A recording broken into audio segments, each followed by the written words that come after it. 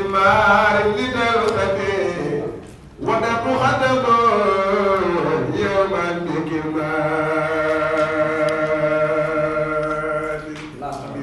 maa ngi leen di ziare di feddale sama kóllëre ak yéen ndax islam facette culturelle am di ko wane dafa am solo te projet bi nag yàgg na c'est en 2013 lañ ko njëkk am bi ñu nekkee Blaise Senghor di ko génne waaye nag Sénégal gars yi duñ bàyyi nit ñetti fanam dañ naan ñuy muñ parce que ñun dañ ko gëm ndax thématique yi ñu teg fii am na solo goo xam ne nii moom moo mën a daal génn solution yi régler problème àddina bi. conférence bi c'est une conférence internationale de la jeunesse islamique pour la paix et la solidarité maanaam dañu amoon idée bi mois de juillet ñu bind ko waaw sama benn waaye bu baax Malital mi jàppale ma ci ndax xel ma bu nekkee suñu xel wax dëgg yàlla moo ko bind te bind na ñu yóbbu à l'international UNESCO ndax mooy UNESCO arabe yi te bu ñu ñëwee dinaa leen ko gën a présenter ngeen xam UNESCO ndax ñoom côté tout ce qui est science et culture de l'OCI ñoom ñoo ko yore moo tax plateau bi nee naa leen ni war ngeen a gën a xam ñun liñ leen indil parce que institution yu bëri visibilité la ñu amul bi ñu bindee UNESCO pour def conférence bi nga xam ne juróom-ñaari thématiques yi ñoo ci am yu am solo ak symposium bi nga xam ne rek jar na conférence boo xam ne ñu ngi ko intitulé les solutions de l'islam face aux défis du monde contemporain lu rëy la waaye nag lu nekk la ndax jàpp nañ ne ñun li ñu yore mooy li mat ndax toutes les autres écritures ont été modifiées ou leur enseignement corrompu avec l'interpolation du temps sauf le Coran. d'où am nañ solution yi moo tax ñun foofu lañ teg suñu symposium bi les solutions de l'islam face à tous les défis du monde contemporain mu amaale ay panel. Premier panel bi prévention des conflits et recherche de la paix dans le monde, quelle contribution de l'islam, bien sûr. Deuxième bi la création d'un espace durable de paix et de solidarité au sein de la Oumma islamique, quelles conditions et quelle stratégie. Troisième panel, le rôle de la jeunesse musulmane dans une construction durable de la paix dans la Oumma, quelle organisation de jeunesse et quelle implication, bien sûr. Quatrième panel bi c'est l'expression scientifique et culturelle islamique parce que l'islam c'est une civilisation en dehors de farata yi ñu war a def c'est une civilisation comme toutes les autres civilisations te dama ñëwoon ICAD ci benn panel bi professeur Souleymane Bachir Diagne doon animé ndeysaan mu naan la civilisation d'Orient est dans l'Occident et celle d'Occident est dans l'outre-mer effectivement parce que civilisation yi ba mu jógee ci Tigre et l'Euphrate Mésopotamie ba mu ñëw ci l'Égypte ancienne ñëw la Grèce antique mu indi civilisation boobu ñu civiliser tubaab yi ba ñu dugg Andalousie nga xam ne tey boo demee le cœur de la médecine moderne ma nga Espagne boo demee suñuy trace nga fay fekk c'est l'islam c'est la civilisation islamique li ko yóbbu outre-mer bi 492 bi ñu découvrir l'Amérique lañ ko yóbbu foofu ñoom ñu mu téye ko mais civilisation ak culture ci l'islam la fekk baax kon nag ñun nañ ko surtout appuyer moo tax ñu def l'expression culturelle l'expression scientifique culturelle mu am nag calligraphie mbind mi ñii loolu seeni domaine la mbind mi maanaam ndax boo xoolee mag ñi sax seeni secret mi ngi ci mbind mi ndax bind alxuraan sax dañ ko bind waaye ñaar la biñ bind la forme écrite et la forme vivante qui était Muhammad Rasulullah c'est la forme vivante du Coran moo tax ñu tuddee woon ko Seydou Burkhan le détenteur de la preuve évidente donc ñun loolu lañ bëgg vraiment surtout approprier vulgariser ko les écrits réponse yaa ngi ci wax jàng fa te day des waaw ok moo am aussi peinture d'œuvres d'art islamique moo am aussi livre d'auteur cinéma tout mais tout ce conglomérat dans un cadre islamique waaw cinquième panel bi la place et le rôle de la zakat dans la solidarité islamique ndax zakat bi tey bu ñu ko doon def xam naa ne professeur mi dina ci mën a sori lool ndax loolu seen affaire la am na solo am na lu mën a faj nañ bàyyi civilisation jàmbur yi ñu jël di ko copier te duñ yóbbu fenn de toute façon sax ñoom ñu ngi ci seen déclin waaw man maa la ko wax croyez-moi duñ génn siècle bi te ñoom ñëpp jeexuñ parce que mënut a dem te nit a ko teg te nit du teg lu pérenne ndax dafa imparfait yàlla rek mooy li nekk abadan te lu ñu indil sur toutes les civilisations l'islam la ñu indil Dieu est juste te yàlla nag xam na lim ñu joxoñ moom la loolu la moo tax la place et le rôle de la zakat ak waqf et cetera yeneen yu bëri yooyu yëpp da nga ci nar a développé. sixième thématique bi panel bi mooy l'islam face aux défis des nouvelles technologies de l'information et de la communication enjeux et perspectives ndax Bill Clinton mas na ko en 1996 moom en termes guerriers la waxoon mu ne nous sommes à l'ère des médias et de l'information instantanée dont l'influence peut être décisive sur la conduite de toutes les opérations lii ñu indi nii am na njëriñ mais am na inconvénient ñi ñaa ngi ci mooy yàlla ñi ñaa ngi ciy sàcc ñi ñaa ngi ci indi terrorisme ñi ñaa ngi ciy def lu ne ñi ñaa ngi ci jaamu yàlla par contre ndax tey li nga daan def sur 10 heures mën nañ la ko kiyal ci sa kii nga am ko ci say kii ordinateur jariñoo ko donc loolu dafa am solo te kooku le directeur de la promotion de l'économie numérique ak partenariat Cheikh Sall ministère des postes et de la communication moom moo war a assurer panel boobu ak ay bien sûr ay d'autres experts waaw septième et fin panel yi mooy la finance islamique enjeu et perspective et comment aussi vulgariser la finance islamique dans notre umma mais notamment en Afrique de l'Ouest ndax finance islamique ñëw na ci waxtam parce que couramment li ñu fi wax ay banques islamiques ce ne sont que des banques que de nom mais rien d'islamique amu ci mais bien sûr il y a des experts yu ci mën a wax professeur yi ngi nii loolu xam na ko lii mooy 7 thématiques yi symposium bi daal ce sont symposium bi intitulé les solutions de l'islam face aux défis du monde contemporain ak 7 panels mu des les activités 3 activités la lecture du Saint-Coran parce que mois de Ramadan weeru yërmande ci la wàcc inna anzalnaahu wàcc nañ fan ci 2 Pâques Makka Médine 10 ans 13 ans muy 23 ans mu mat ñun dañ koy jëlaat dañuy jàng Coran activité yëpp moo ci nar a ëpp doole nañ jàng alxuraan parce que bëgguñoo woote ba pare dara alxuraan du fa am yàlla mu ci yàlla musal bien sûr surtout ñun moment bi ñu jël parce que le lieu temps lieu action lépp dafa am ay jeexital weeru koor dañ ciy jàng alxuraan te couraillement dañuy jàng duñ jàng comme yenn ñi def quelques versets du Saint-Coran c'est grave ça loolu kenn du ko wax quelques versets du Saint-Coran lecture du Saint-Coran ngay wax soo mënul nga baax alxuraan kenn du ko dagg da nga koy jàng wala nga baax ok mu amaale chant religieux nous on appelle chant religieux mooy ñuy way mooy ñi tagg sallallahu alayhi wa sallam ak ñuy jàngal Quran ak xasida yi turux yi nga xam ne nii ñoo bëri ci diine ji ndax dafa am solo l'islam bi benn la yenn nag ay question d'école la rek interprétation la mais li ci dëgg tawhid bu ñoo ko bokk muy kalimatul laa ilaha illallah après Muhammad rasulullah soog cee topp ndax moom mooy ki ñu certifié waaw nii la demee lii mooy diine ji diine l'islam dëgg mooy kalimatul laa ilaha illallah maa la ko wax wàcce nañ ko de façon graduelle ci prophète bu fi mas a jaar waaw ñu indi ko ci l'islam nag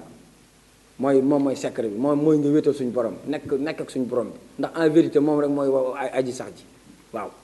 lépp la délégué yonent bi ba mu des allahu jox ko kenn waaw kon nag yàlla rek mooy yàlla 3 activités la lecture du Saint-Coran chant religieux et exposition waaw on a 10 jours ñu bëri nag nee nañ bëri na mais baax na 10 jours la bu ñu ko yàlla mayee daal jusqu'à la preuve du contraire lii lañ bind au mois de juillet ñu yóbbu ko ISESCO ñu bind ce projet islamique là c'est un projet boo xam ne nii a été bien contexté et justifié dañ ko contexté justifié projet bi. L'objectif de cette conférence, c'est de susciter le débat et les échanges sur la problématique de la paix et de la solidarité dans le monde, mais notamment au sein de la Oumma islamique. lii moom mooy projet bi résultat bi mooy revenir à l'idéal islamique qui est fondé sur la paix et la solidarité waaw ñu créer un réseau de partage di ci waxtaan ndax il est grand temps que ñun ñu jël nag li ñu moom lii moom mooy projet bi ñu bind l'ISESCO bi ñu bindee ISESCO au mois de juillet mu répondre positivement que dina contribuer ci conférence bi am naa ci 25 nationalités yu ci war a participer mais dama ko téye ndax dafa am ñoo xam ne nii dañuy bokk ci organisation ba caag ñu roccoo ko dem di def seen yëf moo tax ñama yàlla baaxalee loolu ba ñu wax ma ko dañ na ma téyel loolu ba ci kanam nga jox ko à qui de droit mooy jox ko ministre de l'intérieur ndax ñoom ñooy xam kan mooy dugg Sénégal ku fi dugg comme ça ñu ñëw mais am nañ daal alhamdulilahi rabbil alamin ci conférence bi lu mat ñaar fukki nit ak juróom yoo xam ne ku nekk yaay paasal sa bopp mais ñun ñooy gàddu restauration bi ak l'hébergement waaw foofu lañ toll. président de la République tontu nañu ñaari yoon muy lu encourageant ndax 27 novembre laa ko bind 1er décembre tontu ma que li ma ko yëgal bàyyi na ko xel. le 15 janvier bi ñu defee comité d'organisation bi mairie Fass Gueule Tapée Colobane d'ailleurs maa ngi remercier Ousmane Ndoye ndax moo ñu ubbil maire am vraiment jàppale ñu def fa comité d'organisation bi mais dañ ma sant ma élargir ko moo tax ñoo tawaat aussi réunion bi ak defaat le point de presse pour leeral pour confusion bañ a am waaw bi loolu amee ñu bind autorité yëpp ministère des affaires étrangères boole ma ak direction du protocole des conférences et de la traduction ñu jàppale ma teete ma ministère de l'intérieur vraiment maa ngi leen di remercier ndax DGAT jàppale na ma à travers le ministre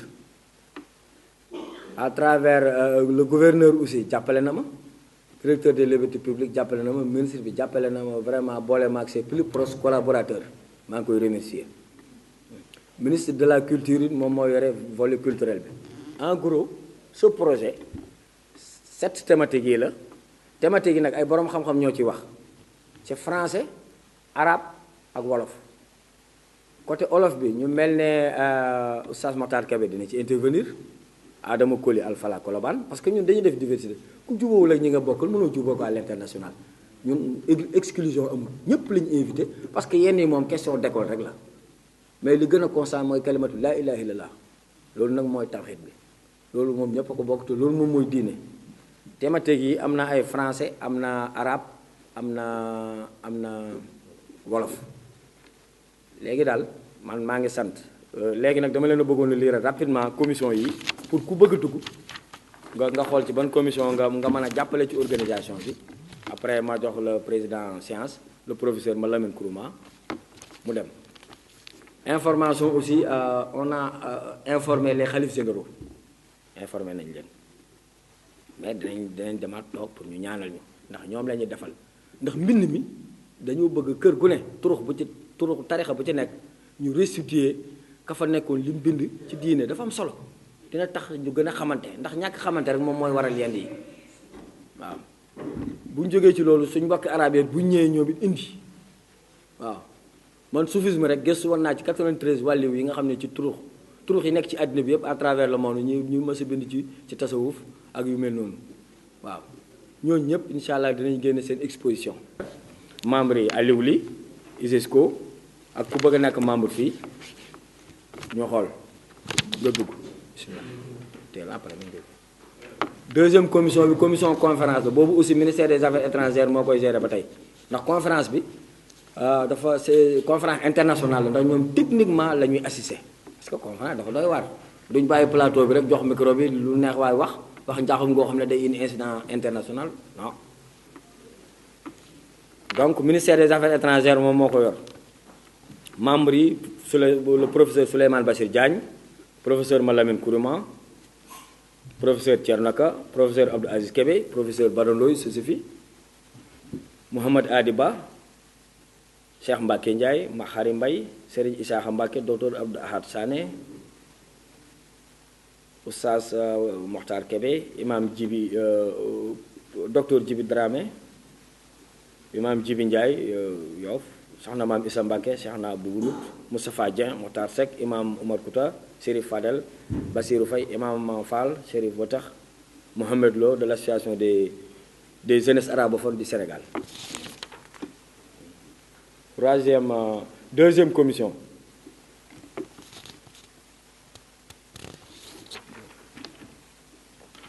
Troisième commission, commission logistique et sécurité, présidée par le ministère de l'Intérieur à travers DGAT et DGPN.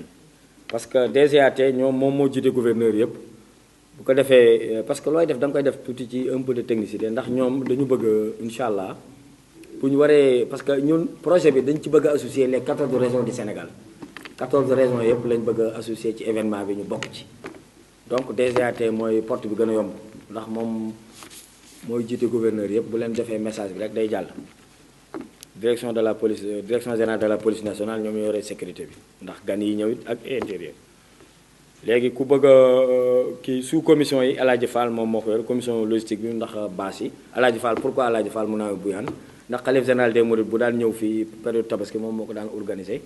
donc ressource humaine la bu am solo moo tax ma utiliser ko parce que projet bi da nga ciy utiliser koo xam ne nii dina mën a yóbbu projet bi kanam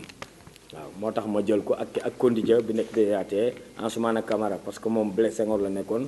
yàgg na yore affaire sonorisation Ousseynou Clédor Ndoye pour transport ak keneen ku ci bëgg bopp Latir Diagne mairie ak Sakho aussi mairie ak Moustapha Sarr et cetera keneen ku ci bëgg a bokk aussi nga identifié wu après ñu dugal ci commission yi. quatrième commission accueil hébergement et restauration des délégations des 14 régions président de commission le maire Fass Gueule Tapée Colobane le maire Ousmane Ndoye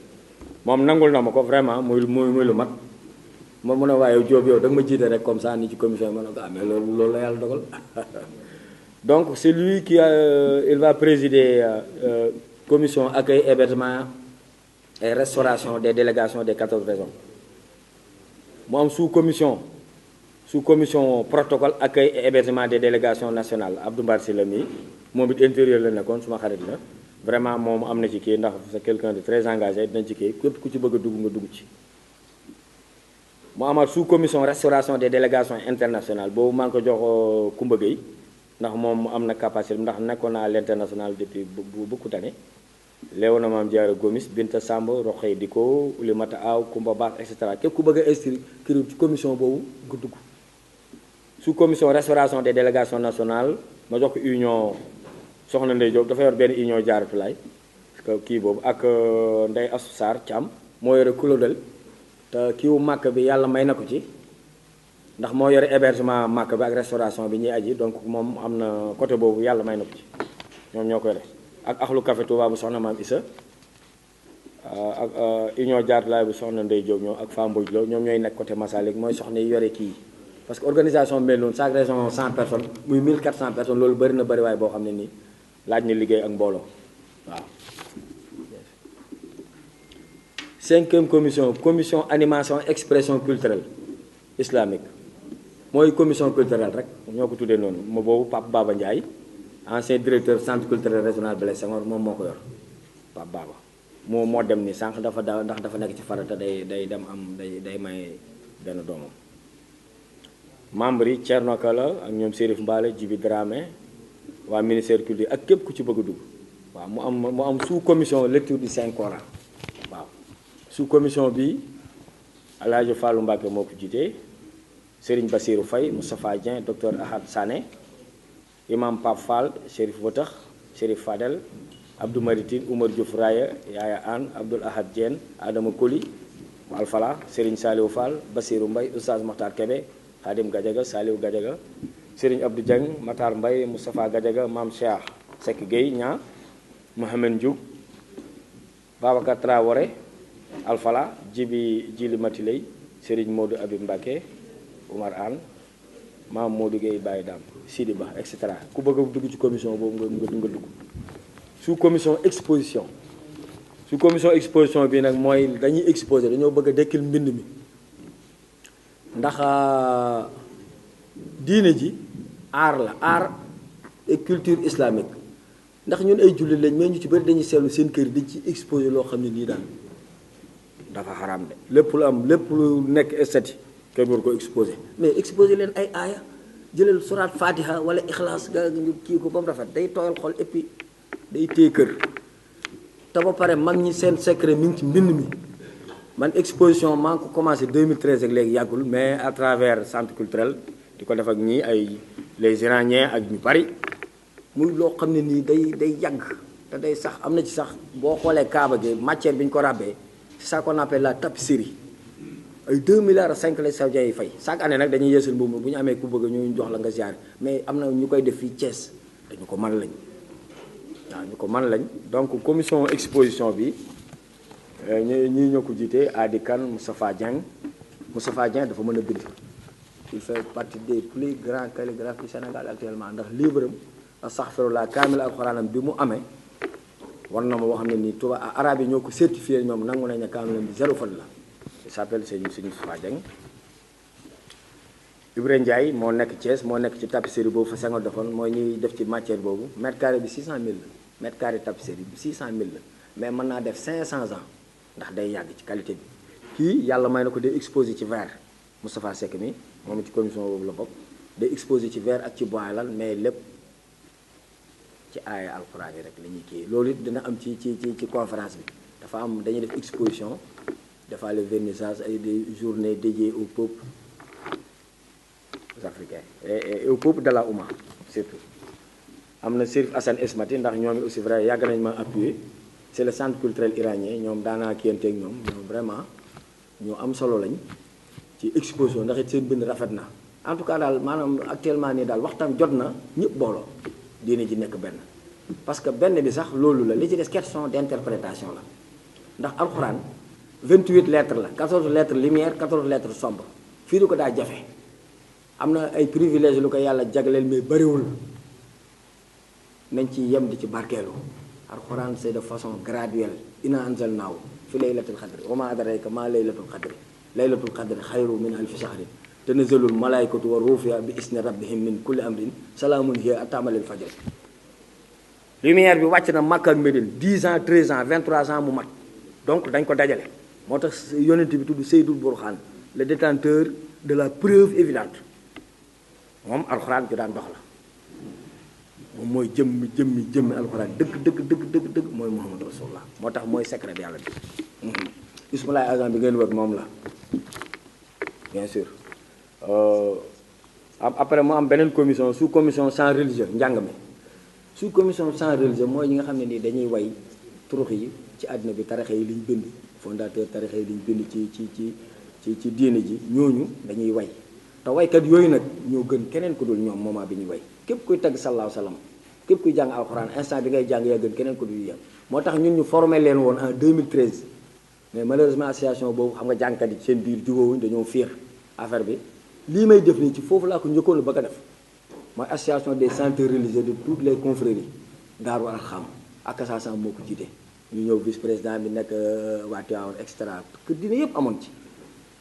ñooñu dañ leen a xamal leen ne leen yéen bu ngeen di jàng instant bi ngeen di jàng yéen a gën ñëpp ku dul yéen bàyyi leen tànk yi ngeen di dem mel na kuy yalwaan wala kuy sarax loolu baaxul il faut se former ngeen nekk dans le cadre formel ndax nit ki il faut respecter les lois et règlements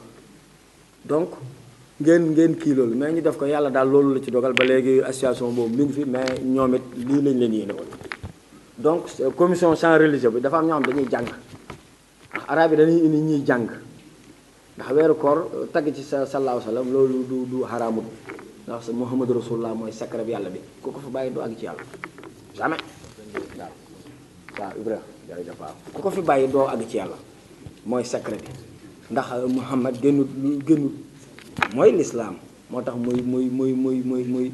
muy Seydul Burhan ndax moom ci la lépp wàcc waaw donc commission njàng way yi waaye nag ñu teg ko ci yoon zikar kalimatu laa ilaaha illallaah benn ak way mbind turux yi wala ngay jàng alxuraan loolu daal lañ santaane muy activités yi am exposition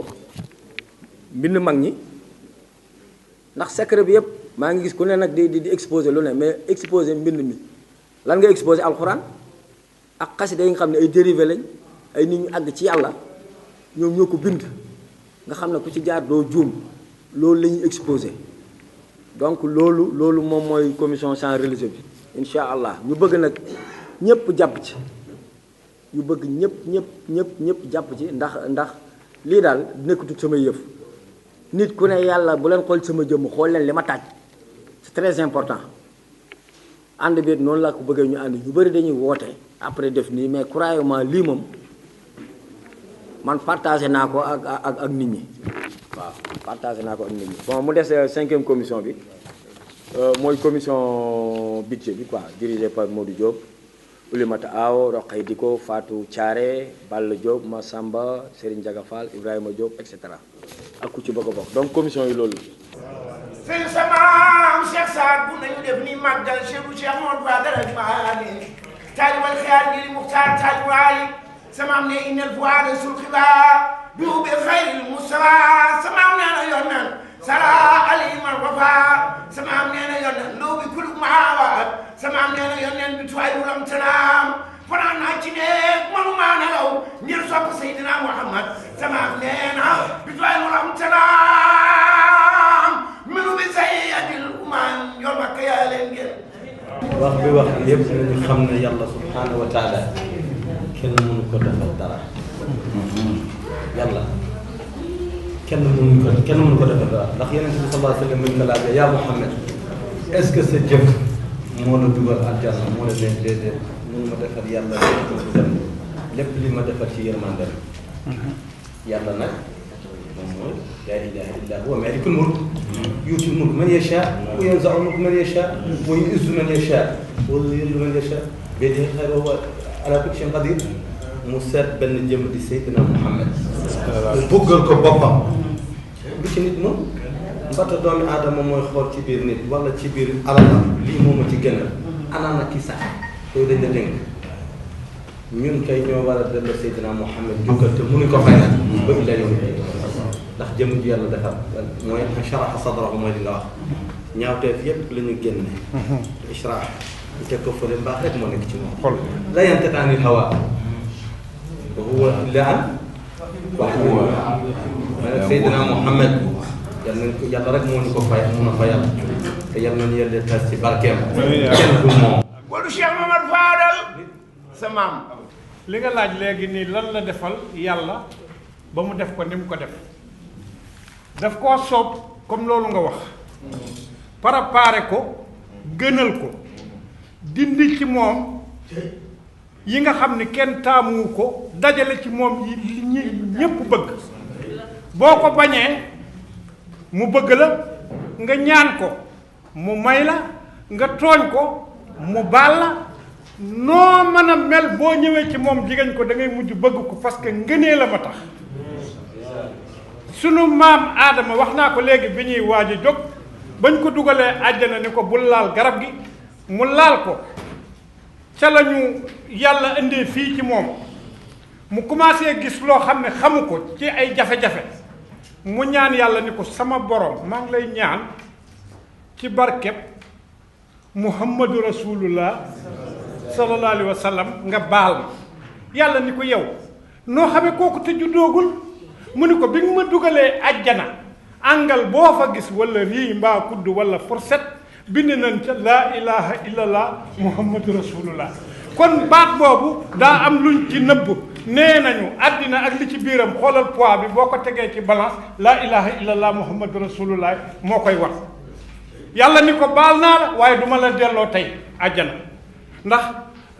sa xeet bi dañoo gàtt fan te mën a tooñ mooy ñun ñii mag ñu jëkk ñi dañ daan am juróom-benn téeméeri at jëm kaw ñun kenn mënu ci am sax ñaare téeméer bu mag mu ni ko nag dama leen fay bàyyi nga jur doom mu tooñ ma doom jooju jur doom mu tooñ ma doom jooju jur doom mu tooñ ma ba fii ñu toll nii ak li ci des ngeen ñëw yéen ñëpp ma dugal leen gratuit ci barkeb muhammadu rasulullah kon kooku daal moom kenn la ci kenn yi yow yaa ko laaj xam nañ ci lu ëpp loolu waaye loolu lañ ci génne asalaamaaleykum wa rahmatulah mën ngaa wone ngor goo xam ne dina neex yàlla ba yàlla jox la lu mu joxul kenn alayhi salaatu wassalaam lu yàlla bind moo ca gën a rafet nopp yaa daa matoon sëkk Moustapha gémmiñ nga yaatu ba ñuy weex tal loos wa jot ba ci weex tal mu mel ni dangaa laxas ay fil ca baat ya ca baat ba ndax ndomboy baat bu la nee jàkk loo ko bañ bañ sa xol sedd rasulullah kaamilu usmin at aju wa asnabun mu falli wa askanun mu tayibu wal waccu bàyyil ummat Moustapha moo gën a tedd képp ku tudd ni xal-xal waxul xal sara moo la gën a rafet bind moo la gën a rafet jikko ci lu fee wa bisu xatu la yura wal mislu ku mel ni Rasulullaay xattu dog na wala yura fi siyami wala yura di su ko gisati fi siyami caw ahmaduna sunu Muhammad mii rahmatuna mooy sunu yërmande hamiduna sunu hamidu mii mahmuduna sunu nu sant kooku ku bëgg yeneen be def leen ni lu màggal Seydina Muhammad fonk leen Muhammadu misaalo lam yaati ku mel ni moom ñu di ko misaale naan kee ak kee mësut a ñëw te dootul ñëw fi mamada te la ñëwoon amutoon wa abadan te ba faw ba nay tukki dootul am la yaati ku mel ni Moustapha dootul dikkati sabata anna rabbana lam yuridi feeñ na ci Moustapha ci Rasulullah yi ne yàlla mas ta bëgg bind ku mel ni Rasulullah yi ku tudd Rasulullah misalo fa mislo la yuridi ñu nuru nag moom di ko joxoñ naan ak Rasulullah yi ñoo xaw a mande xaw mas ta am te dootul dikkati Baye Njaay loo siyaadatu lool balaa ñeel na Rasulullah yi ak dolliku ñeel na ko raw ga foo jaar Moustapha raw la gën la ci lépp yowala suwala daa safa bis ba yàlla bindeeru yëpp la bindaloo waaye yow mu alastu daa yàlla daneen kuy seen borom wala da safa moo jëkk a wuy moom Rasulullah ne ko yow huwa nabiyu koy ku ñu solal ka mooy Rasulullah wa rasul mooy ku ñu yónni ka wax loo ko moom Rasulullah wal xalil mooy xaritab yàlla ba moom Rasulullah wa huwa nabi mooy soppab yàlla ba moom Rasulullah wal imam moo jiitu ñëpp moom Moustapha wa dalil mooy tegtal ba koy roy ci moom ngay def bara o badiu min xayri jamaa kooku ne yàlla ko fent ci lépp lu gën a yiw moo la gën a yow moom Moustapha wasana xudus al xayri kama moo gën a sell ñëpp moo gën a màgg ñëpp moo gën a rafet ñëpp moo gën ñëpp